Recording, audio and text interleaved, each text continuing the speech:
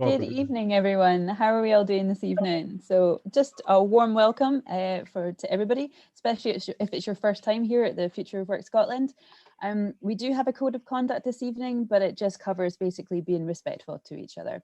So we will be recording tonight's session. So if you're not comfortable being on camera, feel free to turn it off, but we'd encourage you to keep it on. So if you have any questions through the session, please feel free to drop it in the chat if you want us to facilitate it. But we will be having some breakout sessions this afternoon and listening to our fantastic speaker. So Tobias is the author of the 2003 book, The People's Scrum, and has his upcoming audio book, The State of Work, coming in very soon. So Tobias, over to you. Thank you, Barbara. Thank you, Seth. Thank you, Donald, for setting this all up and inviting me in. Yeah, I'm not so much talking as inviting you to talk on this session. So it's not really a presentation. It's an exploration. So this group is called the Future of Work Scotland, in fact, isn't it? Am I getting that right? Did I get that right? Future of Work Scotland. And the session that I'm doing is called the Now of Work, because as I was saying to Seth earlier, when we talked about this, I think we're kind of almost in the future, if that is logical in any way. But we've sort of been catapulted, haven't we, from one reality into a completely different reality, pretty much overnight, you know, on March 23rd in England, different for other countries, but we were all of a sudden, everything changed. And what changed for me was an instant sabbatical, essentially. I decided that there was nothing for me to do because all my work was in person facilitation and coaching, and I thought, well, I won't be doing that, so what will I do? And I thought, well, I don't know what I'll do now. I'll just take a break. So I took 5 months off basically and didn't earn any money, didn't really do much, and it got to the point because I was under the illusion, like perhaps many of us were, that it wouldn't last. It would just be a couple of months, you know, 3 months and be back at work again. And I thought, well, that'd be a nice break, wouldn't it? 3 months off work, I'll be happy with that. But that's not how it panned out. And at some point, I had to sort of get over the fact that I was kind of fearful, I suppose, of online interaction. It wasn't something that had ever appealed to me. People had said, why don't you do your workshops online? And I was like, no, why would I do that? You know, I like the physical contact. I like the theater of in-person workshops. So I had to like reinvent it, essentially. I had to reinvent what I do for the online space, because you can't port it. You can't just take it from one domain and put it in another domain and it's the same. It's not. It's utterly different. And so everything has to change for me. To give you an example of a change, I teach certified Scrum Master courses. That's one of the things I do. And in the past, my in-person classes were 2-day workshops. People would come to a venue for a couple of days and they would interact in various ways with each other over that 2 days. And at the end, they would do the CSM test, and then we would all drink champagne and eat food, and that was it. And it was nice. It was fun. It was nice, very social kind of thing. Obviously, I can't do that online, that same thing. And the idea of having people 8 hours on screen was appalling. So I reinvented that workshop as what the first iteration was. It was a 3-week workshop. It was a 22-day workshop where people showed up 4 times for 3 3-hour sessions spread across 3 weeks with weeks in between, essentially. And in the 3 weeks in between those sessions, they formed teams of 4 people and they went away and they created things. They did Scrum. They had a Scrum. I found volunteer friends to volunteer and become Scrum Masters. And so we had these, each event had like 3 or 4 Scrum teams each with a Scrum Master, and they would make stuff. They would build, you know, make films or create presentations and stuff like that. And it was lovely because there was this camaraderie that built up over the weeks of people being together. And it was a totally different experience, you know. So most of the learning wasn't actually sitting in front of the screen listening to me. Most of the learning was going away and doing stuff and learning from one another. So it was a reconceiving of a workshop rather than saying, how do I do my 2-day workshop online? I just had to surrender that was never going to happen. So we have to reinvent ourselves and we have to reinvent our work. And I think that's the challenge that we're facing here. And my first response to it, I suppose, was a fear-based response, or like a resistance. I don't want to do that. You know, I just want to wait for it to get back to normal, as if normal was normal. It isn't normal. Perhaps it was abnormal before. Maybe this is normal. I don't know. But when I finally decided to just kind of let it go, let the past go, and look at the future of work, which is where I found myself in, all kinds of exciting things have been happening since then. So when Seth and Donald asked me to do this, it was a fair while ago, actually, wasn't it? It was kind of at the beginning of me just starting to come back to this. And so I did want to explore other people's experiences of doing this. And I had a few ideas around it, and I dropped some of them. And as it got closer to the date, I kind of thought, what am I actually going to be doing in this session? I haven't really thought it through. Well, I thought I'd thought it through, but it turned out I hadn't. And so come, last night, I was like, okay, I've really got to like pull something together here. And the funny thing was, this morning, the universe has a way of just kind of like working things out. This morning, I got a newsletter from someone called Joanna Rothman. Many of you probably have heard of Joanna Rothman. I'm subscribed to her newsletter. It's one of the few newsletters I actually read. And this newsletter came, and it was essentially, let me read it to you what the title was. 3 predictions about the future of remote work. That was the title of the email. I thought, okay, I've got my session now. So I wrote to her. I said, I'm going to borrow, I'm going to borrow strongly from your missive here. So I'll be looking at her 3 predictions here, because I think they're interesting and I think they're worth exploring. So I want to set this up essentially as a series of short dialogues where you'll be thrown into a room, kind of like we were just now, with a random group of maybe 3 or 4 other people. And you're going to talk about the things that I kind of offer as prompts for this. The first one I'd like to offer, the first couple actually, are not from Joanna's letter, but one of the first couple of things I did online when I started actually doing this was to explore this concept of distributed teams, because in the book I wrote back in 2013, it included an essay from maybe 3 or 4 years earlier than that, entitled "Distributed Teams Are Not Teams." And when I made the audio version of it and released that, people heard this for the first time, and it was right in the middle of lockdown when everyone was distributed, and got quite angry about it, and so like it wasn't true, and what was I offering as an alternative, because this, and so it caused a bit of consternation, quite rightly. So I set these sessions up to have some conversations about what distributed teams meant to people and how we could make them feel more like teams. And I learned a lot from other people's experience of doing that. And one of the things that came up from a colleague of mine was this term that I've used. I think it was used on the publicity for this, dynamically located teams, which is a term I really like. We think of distributed teams has a sort of a negative edge to it, isn't it? It's like you're not really a team because you're not together. And the sort of more comical one is dislocated teams. People have sometimes called it, to differentiate from co-located. We've got co-located teams, we've got dislocated teams, which is obviously like a little tongue-in-cheek, but a bit insulting at the same time. And Ralph came up with this term, dynamically located teams. And I really like it because it has an energy about it, obviously, doesn't it? And it tells us that, and Joanna touches on this as well, you don't have to be the same commuting distance away in order to collaborate. So that's an interesting way of looking at it too, isn't it? It's like we think that collaboration works best when we're all in the same building together. And what we're discovering, many of us who doubted this, is that that isn't the case. There's some amazing collaboration can occur through this medium. And the thing that I always thought was true before is that it can only work if you've got really good tools, like really good whiteboards and whatever it is you need.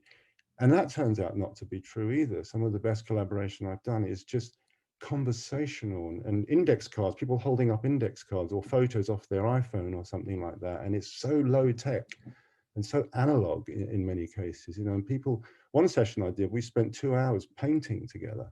It was extraordinary, the learning that occurred through the conversations and people holding up their work and stuff, you know. So people are inventing this model of reality in some really quite delightful ways. So I'd like you to explore this concept of just the term, really, dynamically located teams, and differentiate it from distributed teams. And what does it conjure up for you? So Barbara, if we can do a breakout, and what's the overall running length of this? Is what? Is it an hour, Seth? Are we looking at an hour session? Sorry, Tobias, I'm searching for my unmute there. Hour and a half. We're on till 8:30. Till 8:30. Okay. So I don't know how long these should be, because they're going to be. Let's go for 7 minutes and a 30-second countdown. How about that? That gives you 7.5 minutes and 30 seconds to like sort yourselves out before you have to be thrown out of the room. And we're going to shuffle the rooms each time, so you get to meet a few people through this process. So what are we supposed to do then? Right, you're gonna have a conversation about the term dynamically located teams and compare it to distributed teams, and talk about the energies of those two things and what is it like to be part of a team, because no one works in isolation in IT. We're all doing, whether you're a developer or a project manager or whatever it is you are, you have to work with other people. And what is the energy around how you work now? Is it exhausting because you're spending too long staring at screens or whiteboards or shared desktops, or is there something more going on? What is the dynamism in your interactions? That's what you're talking about. Just that, 7 minutes. Thanks, Barbara.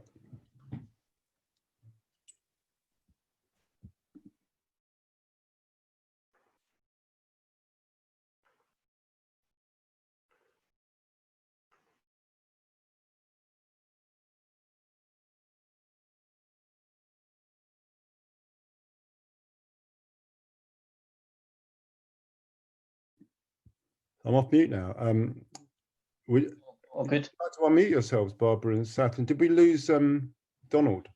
Yeah, I signed him, so he must have joined the room, so that's okay. We got James here. Are you there, James? I can see your name. Yeah. Hi. This is being recorded, this main room one. If you wanted to contribute, your voice will be on the recording. Seth or Barbara, have you got anything to say about dynamically located teams? I'll give credit here, by the way, Ralph Smith, sometimes known as Red. He's the guy that gave me that term. I think you made a good point in that. Well, I think like all things, words have connotations, right? So I think, I don't mind the term distributed team because it's kind of been around for a while, and a lot of us. So you mentioned Joanna. I didn't want to interrupt you, but we've had Joanna on. So Joanna joined us from Boston. She did a great session with Mark Kilby. Was that recently? No, it was one of our earlier ones. It was I can't remember when. Maybe Barbara can. It might even have been before Barbara was in the team. I don't know. I think it was one of my first ones. Yeah. Oh, was it? It was really good, and obviously they've got a really good book on that. But what was great about that session was they were talking about the reality of going from co-located to distributed that most of us have some familiarity with, because we work with offshore teams, etc. To then being dispersed, we were all effectively in our own homes, so it's even more kind of difficult. And to me, that was fascinating because the dispersed aspect. Dispersed just sounds like everyone's scattered around it. To me, it's just got a horrible vibe, Yeah.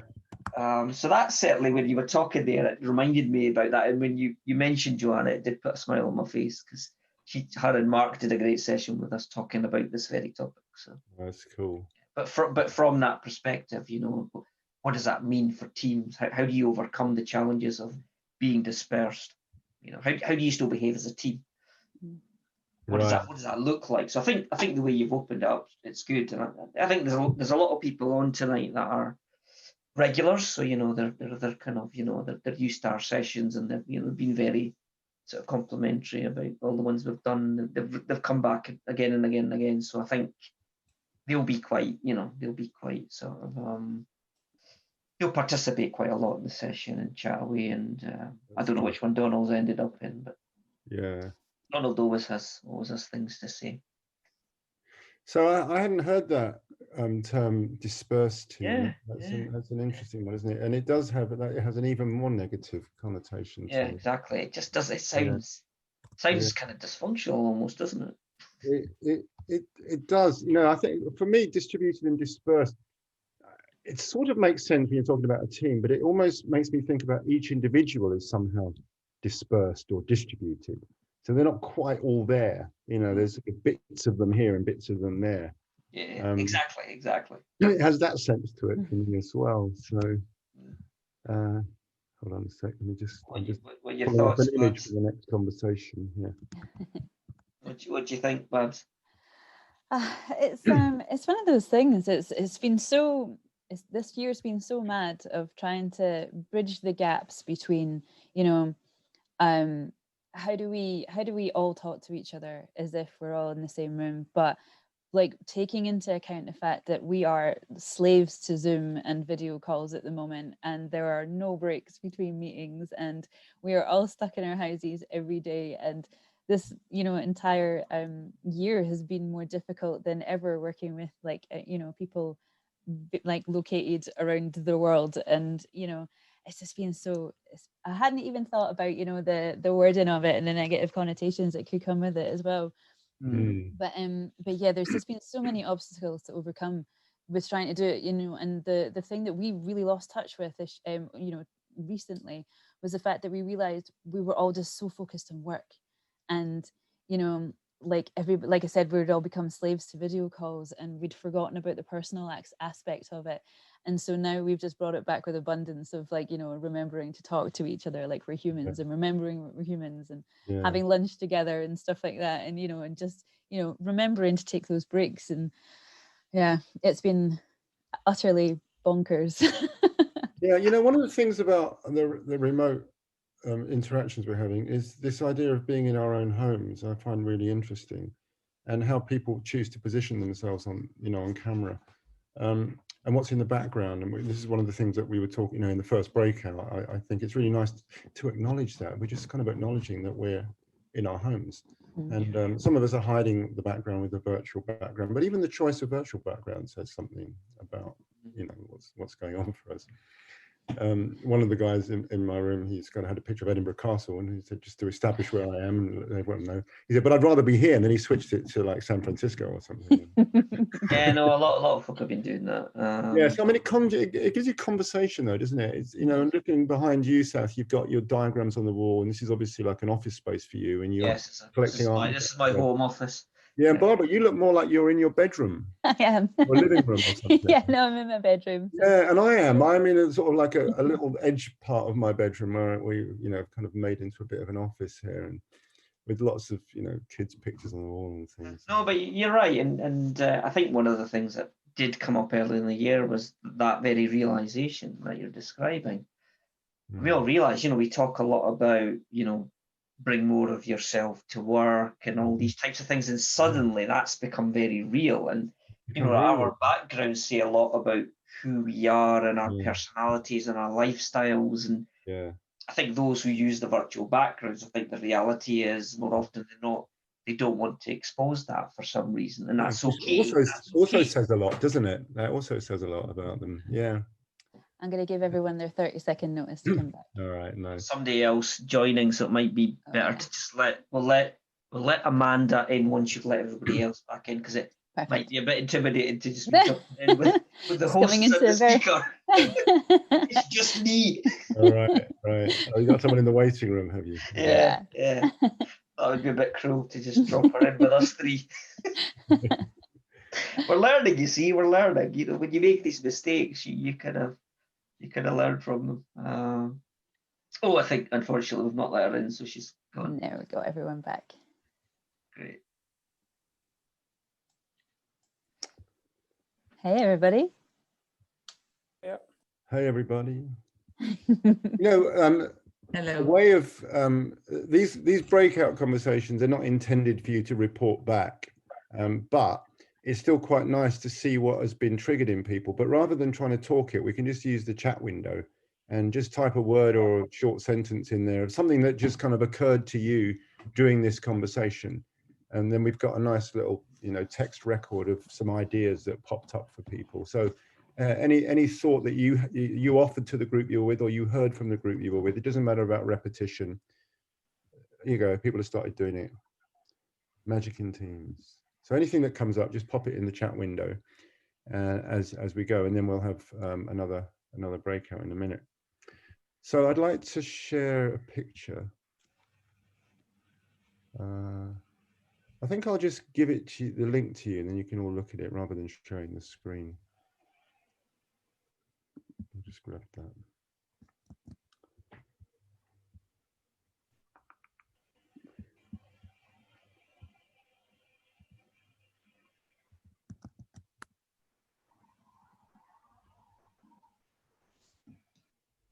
Oh, it's going to disappear, isn't it?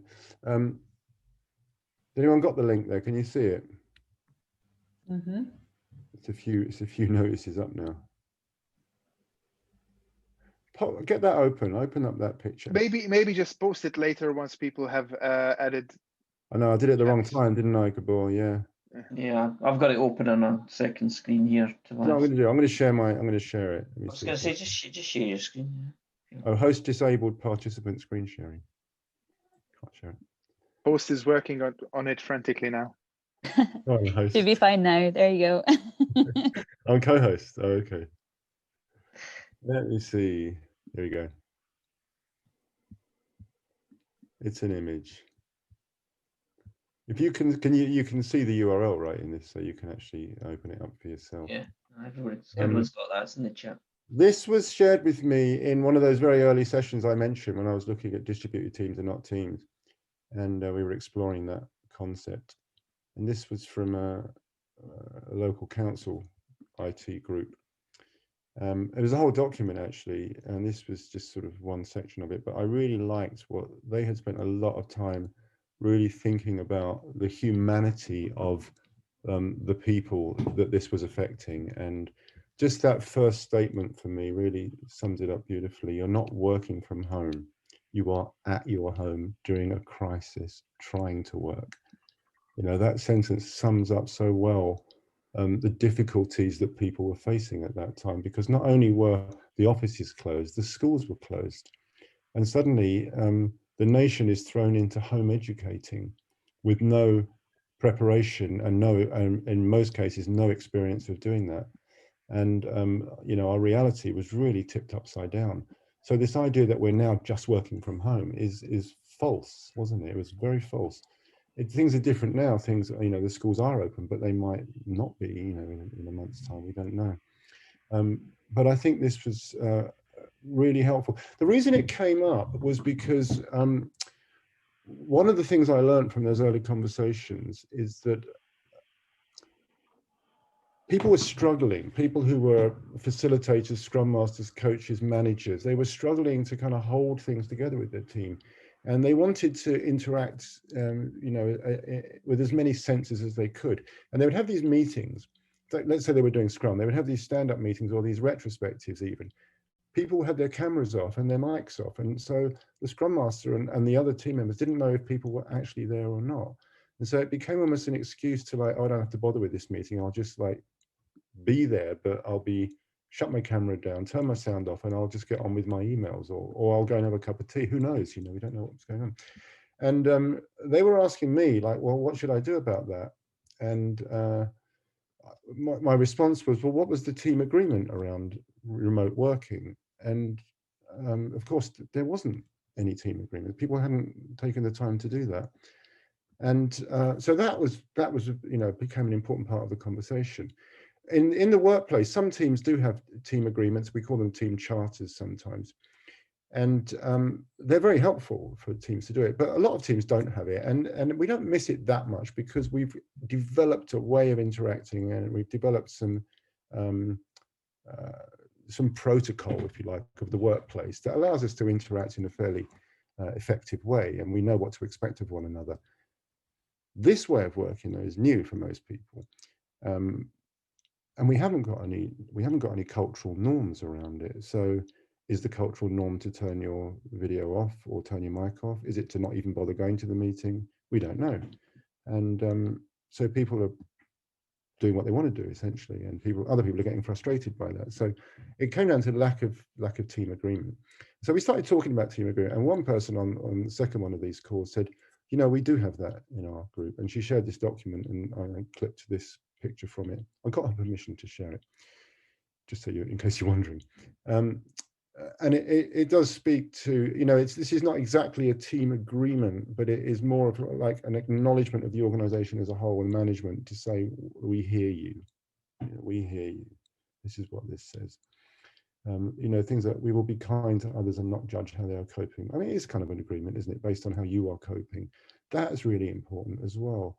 Recognition that people are all in different places. You know, if I'm a single person who lives on my own, I've got all the time in the world to work when I want to work. It's very different to someone who's got 4 children who are suddenly not at school anymore and at home and running riot in the house while they're trying to get work done. And so, and the last one, the team success will not be measured the same way it was when things were normal. It doesn't say how it will be measured. It just says that, you know, be aware that things are changing.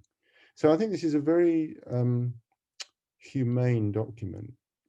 And using this and other things like that, I've been encouraging people, Scrum Masters, managers, to start working with their teams, not to give them team agreements, but to do it bottom up. This was bottom up. This was everyone in the team came together to make this thing, apparently. And so creating team agreements are good. So the next breakout then, if you want to just, I'm going to unshare the screen. I'll reshare the URL. How do I unshare this? Stop share. There we go. So simple. I'm going to now put that in here again. There you go. Bit of space around it. So if you want to look at that, I'd like you to, in your breakouts, this is just, you know, if you want to look at this, you can look at it. But really the conversation is, what are your team agreements? Do you have one? And how effective are they? Are you keeping to them? What needs to be in a team agreement? And when I say team, again, you might not be part of a Scrum team, but that we have team. We all have group or team, people we collaborate with, people we work with. What is our, now a team agreement would say what our expectation is of others and what we would like them to expect of us. It's a two-way thing, isn't it? Tobias, can I throw something in? Yeah, sure. Who's that? This is Jay. Hi, Jay. Hi, Jay. Hi, Tobias. In the previous breakout, I was thinking about what are the invariants between dispersed teams and co-located teams, and what are the variants? So there's a certain foundation. You know, people are paying you to do something. You've got to be cognizant of that. And then how do you manage that relationship with those who are paying you so they want to continue to pay you? And then there's the team interaction to do the build, to do the discovery process. And the first provides the context for the second, I think. Yeah, I think that's an important point, Jay. When we talk about agreements, there is a team agreement is multifold. It's the agreement between the people in the team, and it's the agreement between the team and the people outside the team. So it's what is the message passing, if you want to use, you know, OO terms? What's the message passing between the organization and the team? What do I expect of them? What should they expect of us? And then there's the agreement between the members themselves. So bear both of those things in mind.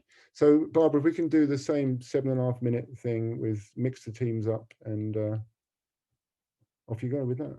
Protocols.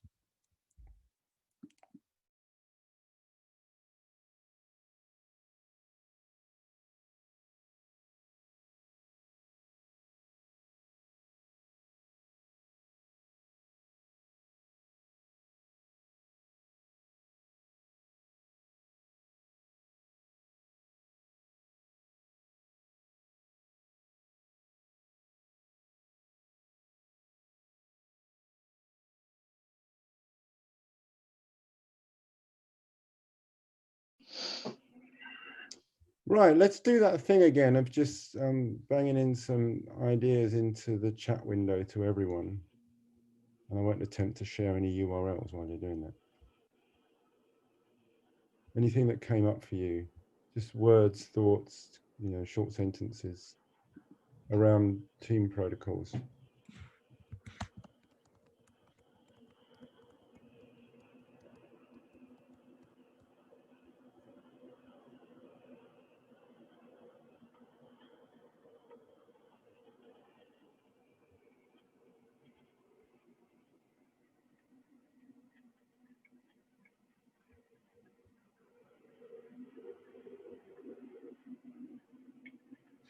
One of the things like, you know, the ability, easy, of which we can record conversations now, it probably makes some people uncomfortable, a bit nervous around that.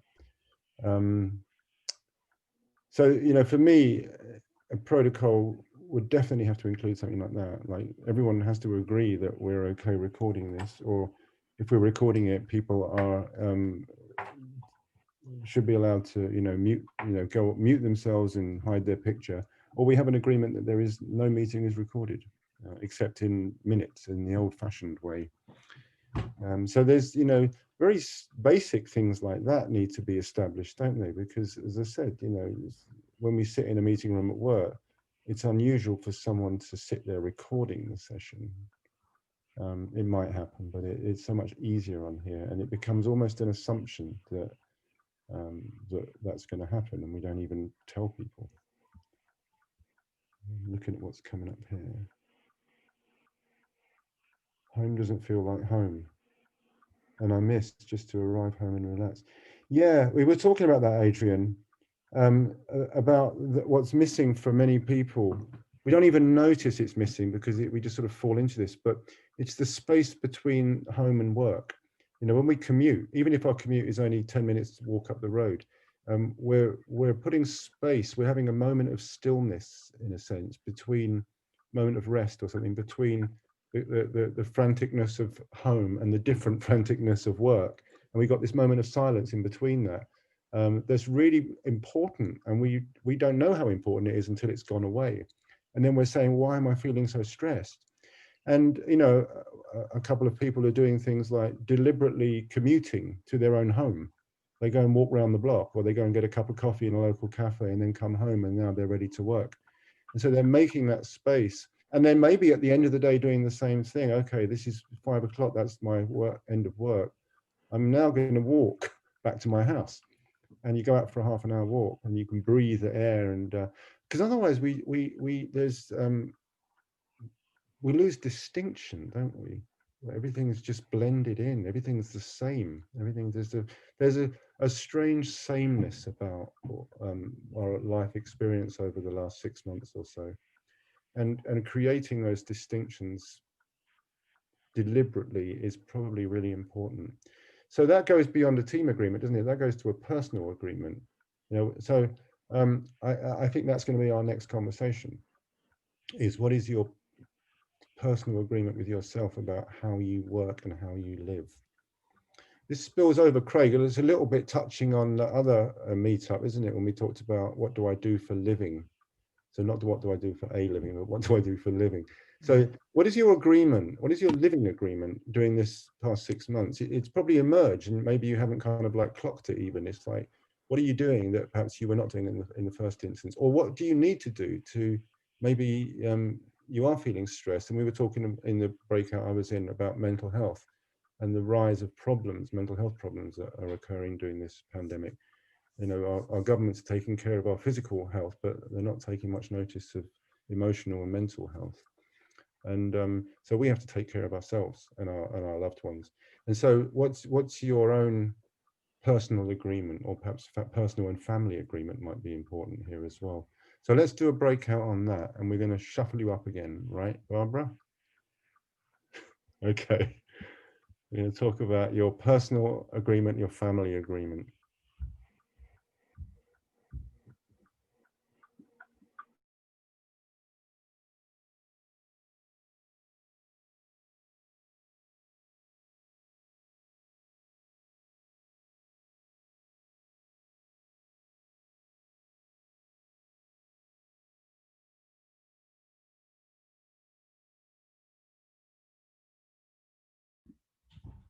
And we're back.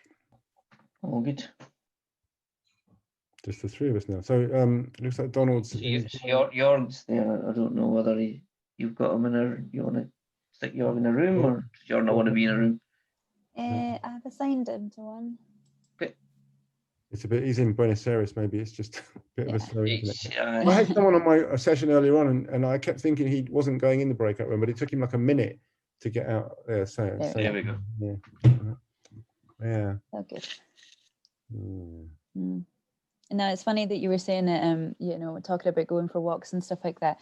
I started a new job during lockdown and didn't take a break between my old job and my last job, and you know, just without thinking, because I was so keen to get started, and then, you know, got so involved in my new job and realized that I was just sitting at my desk for like 10 hours a day, you know, really engaged in what I was doing, but then felt very burnt out very quickly, and realized that, you know, I had to go and take breaks from my work, because I wasn't like, you know, I was getting to the end of the week and I was like, you know, taking a break from this room to go and have dinner and then come back in here and sleep afterwards, and I was like, this isn't healthy. But you know, like, but just, you know, it's one of those things that, you know, like I said, it was a new job, it was exciting, it was something that I was really interested in, and having to make yourself go and take breaks because you know it's for the best, to go and, you know, actually actively go and do something else for a while. It's quite hard, isn't it? It's quite it takes discipline. It's like, you know, doing an exercise routine or something. It's very hard to get that discipline and very easy to break it once you've got it. So it's there are devices we can put on our computers, aren't they, that just shut the computer down every 20 minutes or something. So it shuts the computer down for 5 minutes so you can't do any work. And I know people who've got those and then they turn them off because they get annoying after a while. Imagine that would get frustrating after a while. Well, it depends, you know, if you're serious about the discipline, it probably wouldn't. No, I think it's a good point. I, similar to Babs, only very recently came to the realization that I've been doing too much, and Babs is gonna laugh. Work on. I just, you know, full on, you know, it's like over the summer period, you know, so I wasn't that long new into a role either, so I'd kind of joined the bank and kind of was flat out doing various things and some challenging initiatives and just really enjoying it, and, you know, getting used to a new environment.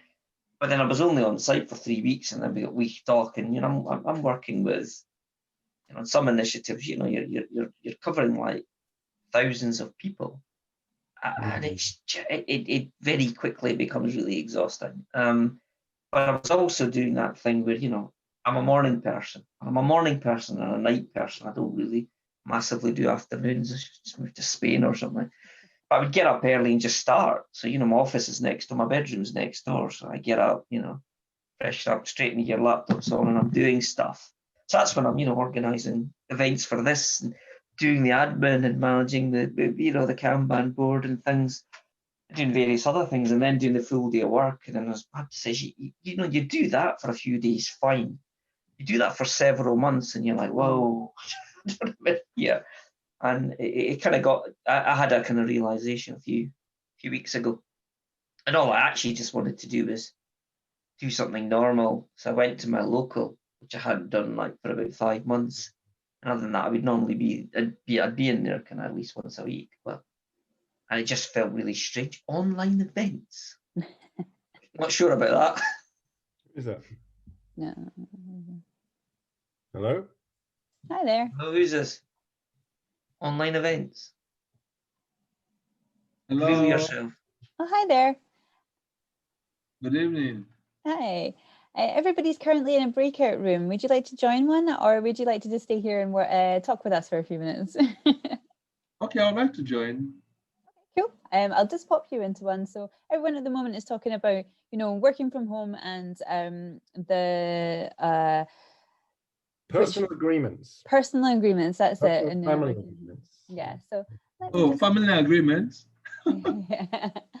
All right. Let me just see. I'll just Hello, sir. Probably another Good 2 evening. minutes. Okay. Good of you to join. Good. Thank you. I'm curious, Later. Seth and Barbara, how much of your working day are you sitting actually looking at the screen and actually on the screen? All of it. All of it? Yeah. Wow. So there's no offline work. I'm curious as to why we're. You're not necessarily on a Zoom though, right? You're most of my day is spent. No, that's the problem, Tobias. Most of us are now, because of the dispersed nature of our work, we are on laptops or phone. I mean, I take all my Zoom calls on my phone because, unfortunately, in my working environment. Most of us don't have Zoom on the desktop, and I hate using it from the browser. Right.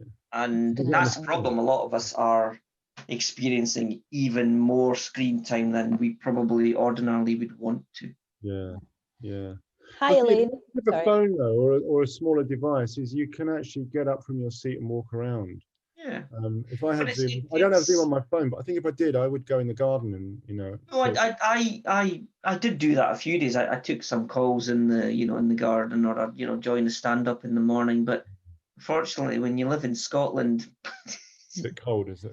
It's cold and wet, and there's not an abundance of days where you can actually practically sit and work in the garden. Yeah. And usually, if it is one of those days, you probably just prefer to sit there with a beer. Yeah. Hi, Elaine. You've just joined. Everyone's currently in a breakout room at the moment. So if you'd like to join a breakout room, everyone's just talking about working from home and how their agreements with their family, or you can sit and listen to us just for a few minutes. We'll be bringing everyone back in about 2-3 minutes. So sorry, I got kicked out of my breakout room earlier, so it's fine. I had some tech issues. I'll just listen. It's fine. No worries. I can try and find the one you were in if you want. Or it's fine. Thank you. Okay, no worries. Good stuff. How have you enjoyed the evening? Feel free to join in. Yeah, very much so. Thank you. Yeah, it's been useful. Good chat too. So it's a pity I didn't hear that last one, but never mind. Yeah, it's been an interesting time for me, sort of leaving work and actually thinking that the freedom of those structures has been very beneficial, actually, in terms of the future work for me. I've quite enjoyed that. Yeah. Excellent. When you came up with the name for this group, what was the thinking about talking about the future rather than the present? I wasn't part of that. That predates Babs and I, but so I joined the team. So Scott invited me to join the team about a month or so after that had happened. But it used to be an agile meetup groups. It used to be scaled agile. But then those who were involved at the time wanted to broaden it out. Yeah. I'm glad we did, because that's kind of, so we're both in the agile space, Babs and I. Yeah, I don't think I would have come to a scaled agile. Yeah, exactly right. And because Babs, myself, and Donald, particularly Donald and I, we'll talk about pretty much anything and everything. There's a lot of broader topics we're interested in that we've been able to bring to to the community, which have landed really well. So it's never just been about agile. So this session is great, and we've done a lot of ones just looking at interactions, people, org design, all sorts of things. The one we're doing in a fortnight is about system thinking, and it's been heavily subscribed because I don't think there's a lot of meetup groups doing a session about that type of thing. Yeah. And then we've got one in November, which is about the application of artificial intelligence in learning, which is awesome, because I'd never really thought that hard about AI in that context. And the chap who's come in to speak, he's a thought leader in that space and has written a really good book on the subject. I'm also getting him to come in. Who's coming to speak for that? So it's a chap called Donald Clark. He's a professor. I can't remember where he lectures, but he's written a book on it, Tobias. I think. On systems thinking. No, sorry, I was talking about the AI one. No, it's Adam Wall's talking about systems thinking in a fortnight. So feel free to join if you're interested in that. Should be good. He's a fascinating chap. Yeah. Good stuff. Welcome back. So let's hear what your thoughts are on the personal agreements. And by the way, if anyone can save these chats, you just click on the 3 little dots in the bottom right-hand corner of the chat window, and you can save it and then view it in your Finder, your folders. I'm sure that I think Sath, you're going to save the whole thing at the end and share that back, or should people just save it for themselves? No, we're happy for anyone to save the chat. We usually keep a copy. Sometimes folk ask for it, but yeah, either or. Yeah, we'll save a copy, and I'll share it when we publish the recording. Well, Kathleen says she thinks save chat is disabled. So it's changed now. Is it? You should Yeah, be able to do it now, working out, Kathleen. yeah. Yeah, I'll do it anyway and circulate it for anyone who wasn't able to do it if they're interested to. Homework buffer. Gabor, what is your homework buffer? Work home buffer. Have you got one? No, I don't, and that's what was raised in the chat, that people are missing that. So Yeah. people don't miss the commute, Right. the chore to travel to work and come back home, but they miss the buffer of switching. Yeah. Because I think it's very difficult to inject that into your routine. Even if you have kids, and that sort of gives you a frame that you have to drop them off, and that's the time after which you would have to go to work.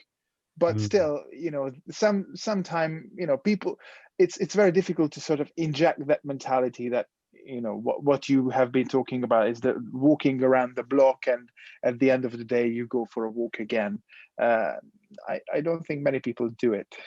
It's very it difficult. Would be nice. It takes an immense amount of discipline, strangely. You'd think it would be an easy thing to do, and it isn't. My partner, after the first 3 months when the cafes started opening, she was going a bit crazy with being in the home all that time. And once the cafe started open, she would commute to the cafe, essentially, and take her laptop and spend a few hours there getting the work done she needed to do. It wasn't having to interact with other people. It was just personal work, study. But it made a huge difference, because it was about, and it wasn't even about where she was. I think it was just not being in the same place where everything else was going on, and creating. There's a buffer, or I call it a demarcation, or a moment of pause, or something like that. You know, just to separate these events from each other. Because that's what we did naturally before, and that's what's been removed from us, and we have to kind of artificially put it back, I think. Recreate it, yeah, somehow. I like this, Thomas, that kids are encouraged to come and say hello to work friends where possible. I really like it when that happens. It's a little bit, there's only been one occasion, I think, when the kids are making so much noise that no one else could actually hear themselves or anyone else. But on the whole, it's been a really nice experience. I've got someone on one of my CSM classes at the moment. She's got 2 children, and they periodically just come in and sit on their lap and look at the screen, and they'll put their face right up to it, you know, to see what's going on. But they're not making a noise, and it's a really sweet thing. It's you know, what we were talking about earlier is your whole self. You know, Seth was talking about this idea of bring your whole self to work. We're doing that now much more than we probably ever did. Yeah, mine are happy to have big conversations with Barbara.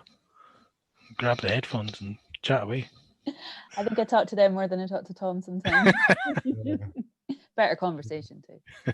And pets, you said, Kathleen. Yeah, pets and plants. Yeah, Craig's got a plant in his background. Is that a deliberate setup there, Craig? Is it composed? Very much so. It's an IKEA special, I think. Yeah. And the bookshelf up there too. I love seeing people's bookshelves. You know, there was a guy in one of the meetups I was at, and he had loads of sticky notes on the wall behind him. So I commented, I said, "Is that your task board? You know, for the stuff work you're doing?" He said, "No, it's my book list." And this is a really cool idea. And I found it out because I asked the question. I said, "Why have you got your book list on sticky notes?" He said, "Because every time I go to a meetup, and I go to a lot, someone will mention a book, and so I'll write it down on a sticky note and I'll stick it on my wall." And the list builds up, and he said, and then when someone mentions the same book, I put an X on the sticky note, or a red dot or something, and the more the book gets mentioned, the more red dots it gets. And so that's how I prioritize my reading list. And so the book that gets the most dots from the people recommending it goes to the top of the list, and that's the one I'll read next. I thought it was a pretty cool idea. I can build on that as well, because I do the same, but mostly so that I can take the sticky note and put it in the inside cover of the book, so that when I'm going back through the books, you can remember where the reference came from and go back to your notes. You're holding up Slack, Donald. What is that? That was the last one you recommended. Oh, was it? And you got it. You see, it didn't go on your second-hand copy. Yeah, I mean, my problem is when I hear a book recommended that sounds good, I'll just go and buy it. I'm like an Amazon junkie. I'll just go and buy the book. And I think that I can't remember his name, the guy that did it. I thought that's a much better system, you know, because then I get to really kind of like consider, is this a book that I want to read? anyway, you know, so we learn things by just like, this is why I like this exercise of what we did at the beginning in case you missed it, of asking people questions about what's behind them. And so what's going on behind you, what's on that bookshelf, what's that picture, what's that room you're in. Barbara's got a mirror behind her, and Craig with his plant, and Srikanth with a whole bunch of books. Lots of interesting things happening, you know, in behind the scenes. I did it once actually, where in the early days, where I knew that most of us were setting our cameras up to make it look nice.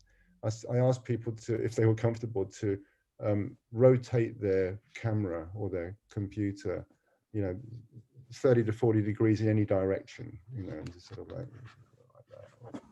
Go like that, and just sort of see what was going on, and of course it reveals all kinds of new things. And one woman, she basically pointed it down. There's a big pile of dirty laundry on the floor, literally. I thought, good for you for just kind of like, you know, just revealing that, and then people were sort of nodding at, yeah, my house is a bit like that sometimes. So there's the humanity of us that comes out, I think, in this working from home environment. That's really quite a rich experience, and I think it's something to really be embraced and not to kind of like try to hide away from, because we're all humans, we're all living, we're all doing stuff, we all have lives outside the workplace, and now we get a chance to share that a little bit, and I think that's quite special. Right, I want to move into it's special, but it makes you vulnerable at the same time, and you need to be a bit careful about about how you present yourself. Yeah, so we are all about how do you present yourself at work and how do you present yourself at home. Man, you wouldn't want to see what's on the other side of my laptop screen. It's just you know, there's just a lot of kitchen stuff that has been there for 3 days. And point, Gabor, I think that, you know, in a meetup situation, it's a bit more relaxed, isn't it? And we're, you know, because when we go to meetups in person, they are kind of relaxed events. People are drinking beers and eating pizzas and stuff like that. In the work environment, you've got kind of hierarchical relationships with people. You do have to be a lot more cautious, I think, in those situations. And so it's not one rule across the board. And I wouldn't want to give the impression that I think everyone should like reveal their dirty laundry on a screen, obviously. It's like this is the thing about the way I've set my camera up. I get you to look at what I want you to look at behind me, and that's my choice. And if I choose to venture beyond that, that's also a choice. I don't want to feel coerced into doing that. You know, so I don't want to give that impression. And thanks for that call out, Gabor. It's helpful. There was, oh yeah, Roddy, I like that. My favorite is a cat's tail appearing on a screen. Yeah. Craig, question for Tobias at the end, but I'll answer it now. How do you feel about online facilitation now? I'm actually really enjoying the experience of doing this. It's been quite joyous actually, and I'm learning things all the time about it, and different ways of facilitating, and ways of what can you bring out. I think facilitation for me is really about the bringing out. It's very different to presenting or talking. It's about what can you bring out from the group. So there's some lovely stuff in this feedback here actually. Not what is it? Not really feedback, is it? I don't know what you'd call it. Reflections. Yeah, Anastasia, goodbye. I need to go. Right. I'm going to look at Joanna's stuff now briefly. I tried to see if there was this newsletter appears on her blog in any place, and I couldn't find it, and she didn't get back to me in time. So I don't want to share it without permission. But I'll just read it. You know, the three things she has on there. So what she's doing, these 3 predictions about the future of remote work.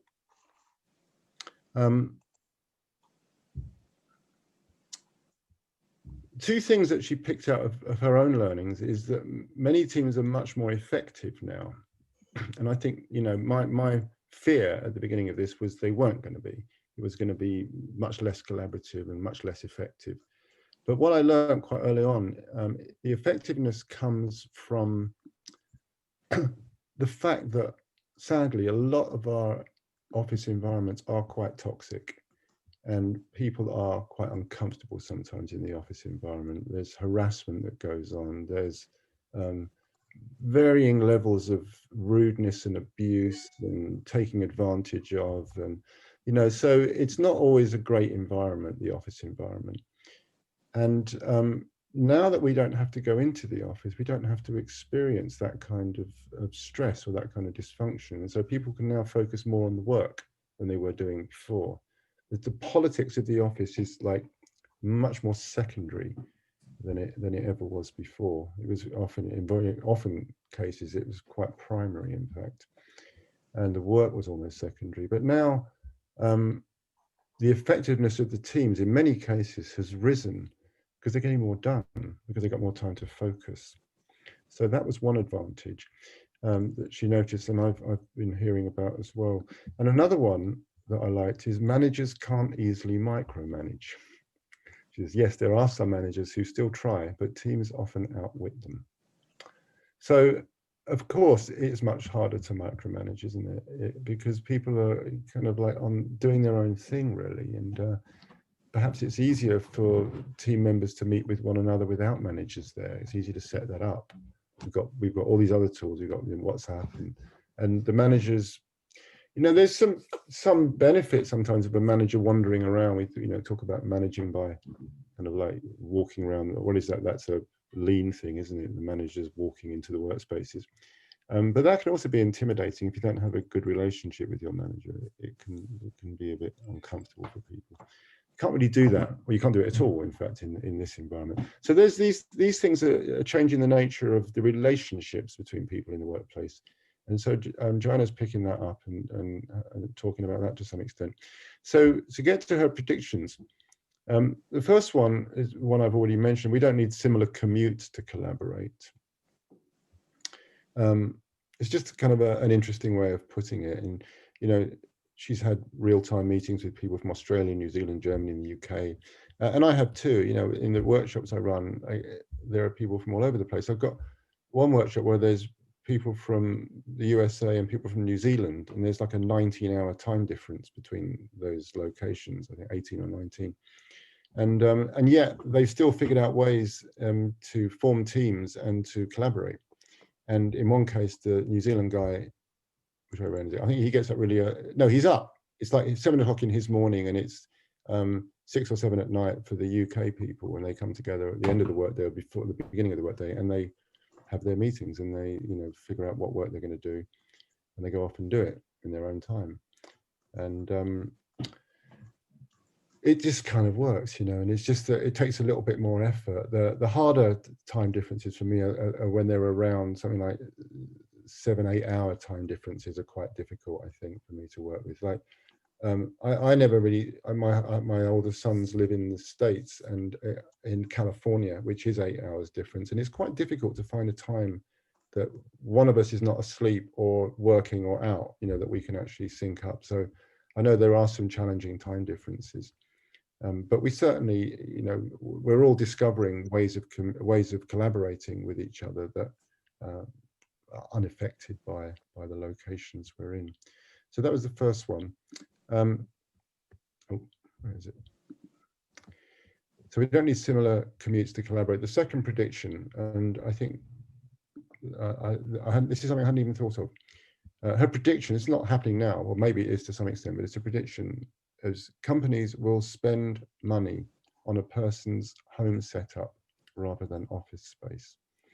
So then she goes on to talk about the sheer cost of renting an office and having people work from there.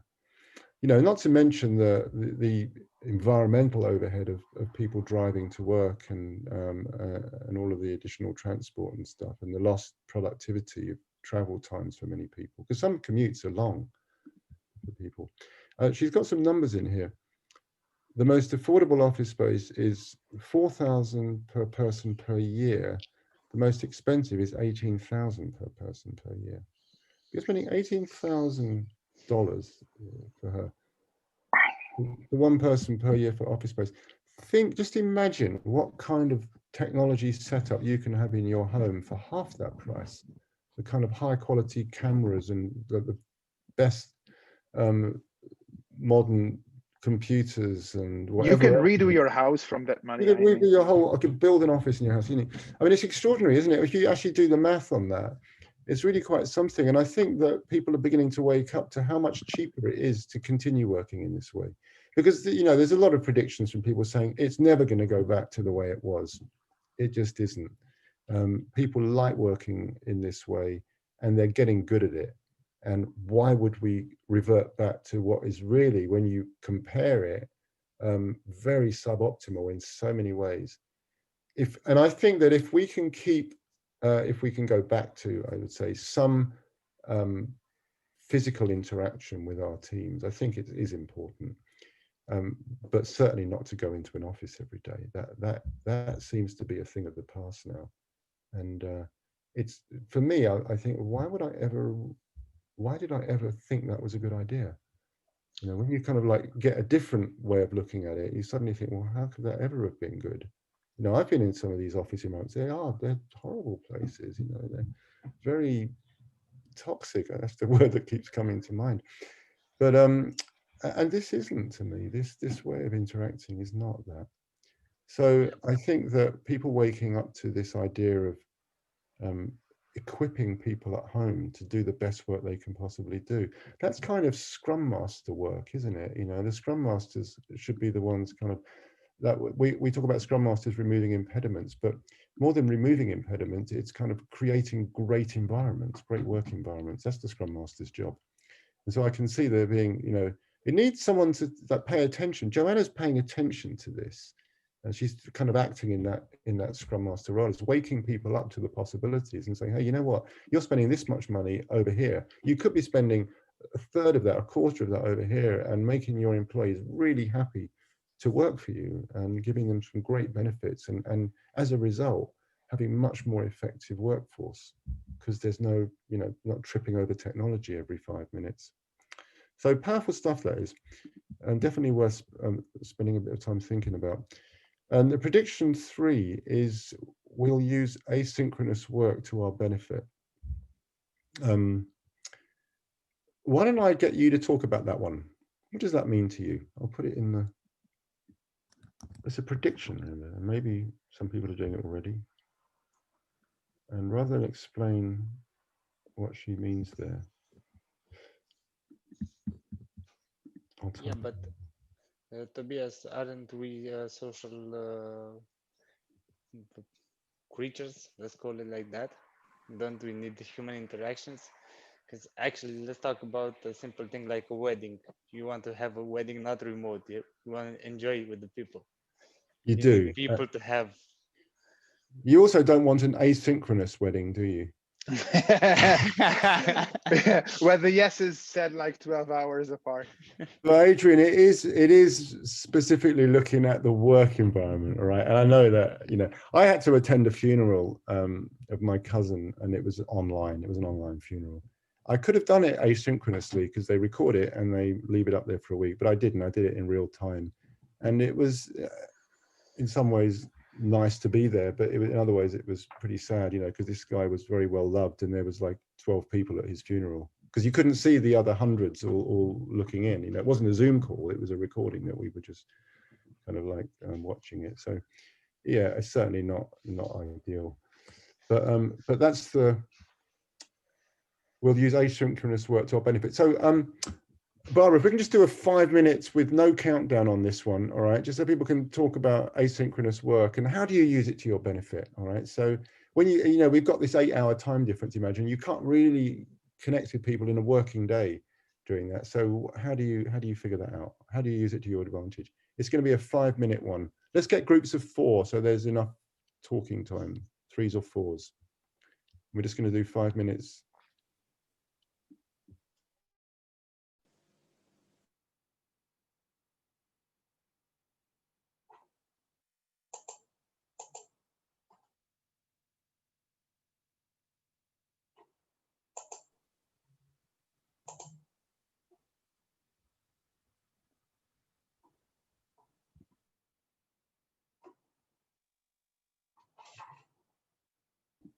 She went. I was on mute. Elaine's still here. Alberto, maybe. Asynchronous. Let's talk about that, Barbara and Seth. What should we say about that? Yeah, You triggered quite a lot of interesting thought with that statement. I never thought I was going to hear the phrase asynchronous weddings. Synchronous weddings. I know. Well, when Adrian brought that up, I thought, well, yeah, I'm going to comment on that. Just to say, by the way, we've always prided ourselves on a 8:30 hard stop finish. I'm pretty serious about that. I think on this occasion we might. It looks like we're going to go over that. So I'm holding. You know what? You can pull people out. How many minutes have they got left on there, Barbara? We're going to stick to that, Tath. I agree. It's important. You're on mute. No, honestly, we do. We've done that. Right. Done that just religiously. We'll pull them out a little early, and then we'll do a 2-minute wrap up. And Yeah, I don't want to rush anyone. And it's a good one. You need to wrap it up at the end, don't you? So, which we have done that for forever, really, and I think to stick to that. Why don't you bring them back in a minute? Just cut it short. Just bring. You could just explain we wanted to keep it to time. I don't want to rush anyone, but I think you've done a No, the thing about these dialogues, these breakout dialogues, that they're intended to be conversation starters that they then go back to their context with, right? I think you've done a lot of that. I meant to ask you the JPEG you shared. Am I okay to share that? Is that allowed? Yeah, it doesn't. I asked her if I can credit her organization, but she didn't say yes or no to that yet. So I'll just, it doesn't matter. You know, she said it's fine to share it. So I just don't. Okay, no, because what we often do is obviously we share after it, and I usually if I find out she says it's okay to share the name of her group and the organization, then I'll let you know what it is, because it will be good to. If you can get that from me, I mean, she might still come back to you because she's on the East Coast. No, it would be good. I really like it. I'd like to share it. This is not from the JPEG I shared is not from Joanna Rothman. That's from English company. Right. Okay. Yeah. But I'm okay to share it or not? No. You are. Okay, right. I just can't tell you what the source is yet because she hasn't said it's okay. Okay, well, happy not to reveal the source, but yeah, you could say it's a local council who treat their employees very well. Let's bring everyone back in. Okay. Go on. Let's cut it short. So I got 30 seconds, so then we work back. All right. Okay. Yeah. I've loved tonight's session. It's been really nice. It's kind of brought a very human aspect to a very virtual world, and it's felt lovely. I've really enjoyed it. No, I agree. Very different format. That's good. We've done a few similar ones and they've always felt good, but this has been nice. I think you've facilitated some really good discussions, and I think it leaves people with something that they'll continue to think about and talk about with others, or perhaps take back into the workplaces. Yeah, I hope so. Yeah, we pulled you out of that. Too short. Yeah, we had to pull you out a little bit quick because Seth and Barbara were saying they pride themselves on an 8:30 finish sharp, right? And there's a little bit of wrap up to do. So as I was saying, and I'll say it again very quickly, these are conversation starters, all right? You're never going to get everything said in that time. If you want to bang in a couple of ideas in the chat window while I'm talking, do that. And then Seth and Barbara are going to wrap it up. But these are conversations I hope that you take back to your work colleagues and start to explore these ideas with the people you actually work with rather than just people in the meetup. So that's it from me, and I'm handing it back to Seth and Barbara, and feel free to keep adding to the chat window, and we'll get that saved. Thank you for being here. It's diminished a little bit in numbers, I think, isn't it? But the hardcore of you stuck around. All right, Barbara.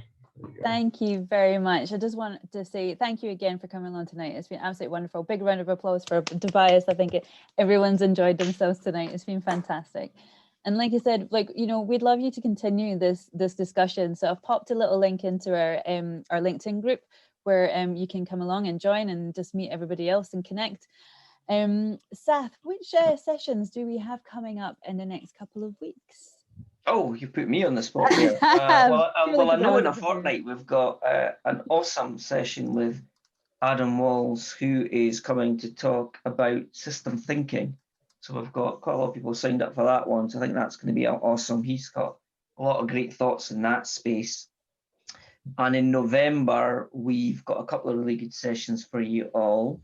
One of them on the application of AI in learning. I can't remember whether that's the first session or the second session in November. It's the second one. It's the second one. We also have a session with Scott Province talking about his new book, and he'll be joining us from the States. There you go, straight at the top of my head, Babs. How's that? I'm impressed. I'm impressed. Good stuff. Well, thank you again for everybody for coming along tonight, and thank you so much, Tobias. That was a great talk, and we wish you all a lovely evening. Thanks for coming, guys. Thanks a lot, everyone, and contact me if you have questions, because there's no time to doing that here. You can find me on LinkedIn. I'm happy to chat. Thank you very much. Thanks, Tobias. Folks. Thank you. Good to see you all. Bye. See you later. Everyone. See ya. Take care, Bye, everybody. everybody. Thank you. Thank you. Bye-bye. Bye. Bye. Thank you. See you later.